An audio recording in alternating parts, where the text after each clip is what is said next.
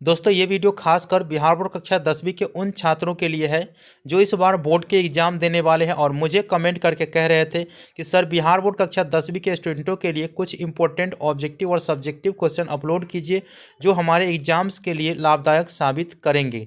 तो इस वीडियो में मैं आप लोगों को यही चीज़ बताने वाला हूँ।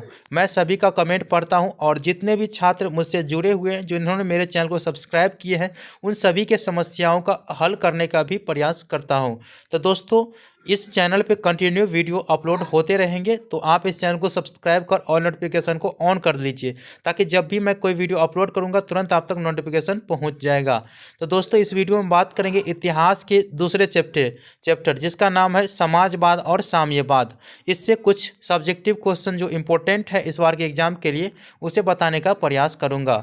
दोस्तों मैंने पहले चैप्टर का वीडियो अपलोड कर दिया है। पहले चैप्टर में कौन कौन से इंपॉर्टेंट क्वेश्चन है वो मैंने बता दिए हैं। अगर आपने नहीं देखें तो उसका लिंक वीडियो डिस्क्रिप्शन बॉक्स में मिल जाएगा, आप वहां से देख सकते हैं।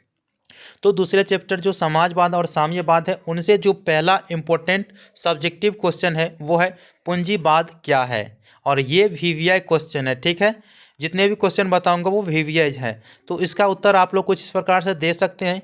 पूंजीवाद एक ऐसी अर्थव्यवस्था है जिसके तहत उत्पादन के सभी साधनों पर पूंजीपति वर्ग का अधिकार रहता है। वे सभी कारखाने लगाते हैं और उत्पादन करते हैं, जैसे टाटा, बिरला, अंबानी, बिल गेट्स।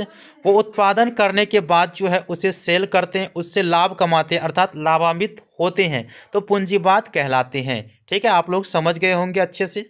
इसके बाद दूसरा क्वेश्चन है खूनी रविवार क्या है, और खूनी रविवार को आप लोग रट्टा मारते होंगे, लेकिन रट्टा मारने वाला कोई चीज़ नहीं है। ठीक है, आपको स्पष्ट रूप से और सही से शांतिपूर्वक समझना है कि रूस और जापान दो देश है। ठीक है, दो देश है जिसमें रूस जो है वो काफ़ी शक्तिशाली देश है और जापान छोटा सा देश है। तो 1905 ईस्वी में जो है रूस जापान युद्ध होता है, लेकिन छोटा सा देश होने के बाद भी जापान रूस को हरा देता है और वो भी बुरी तरह से हरा देता है। इस पराजय के कारण जो है रूस में क्रांति हो जाता है। क्या हो जाता है? क्रांति हो जाता है।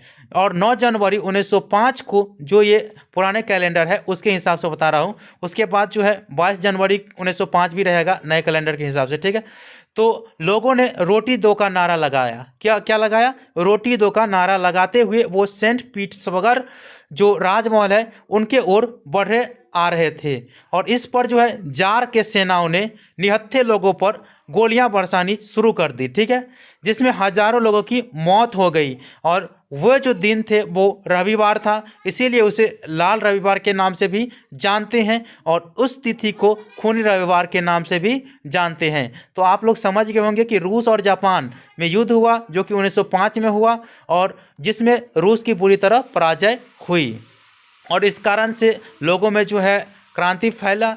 और क्रांति फैलने के बाद जो है 9 जनवरी 1905 को रोटी दो का नारा लगाते हुए जार के महल की ओर जाने लगा, जो जार के सेनाओं ने उस पर निहत्थे लोगों पर गोलियां बरसानी शुरू कर दी और जिसमें हजारों लोगों की मौत हो गई। तो इस प्रकार से आप लोग इस क्वेश्चन को याद रखेंगे।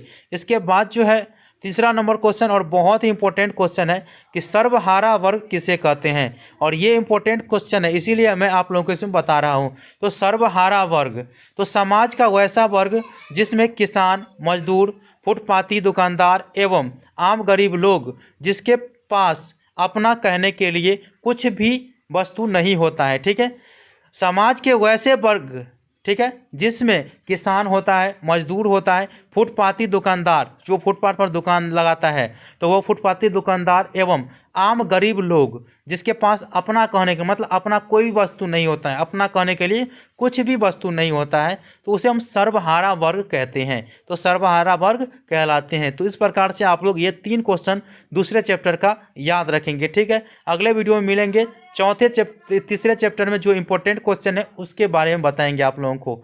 तो मिलते हैं अगले वीडियो में, तब तक के लिए धन्यवाद। जय हिंद, जय भारत।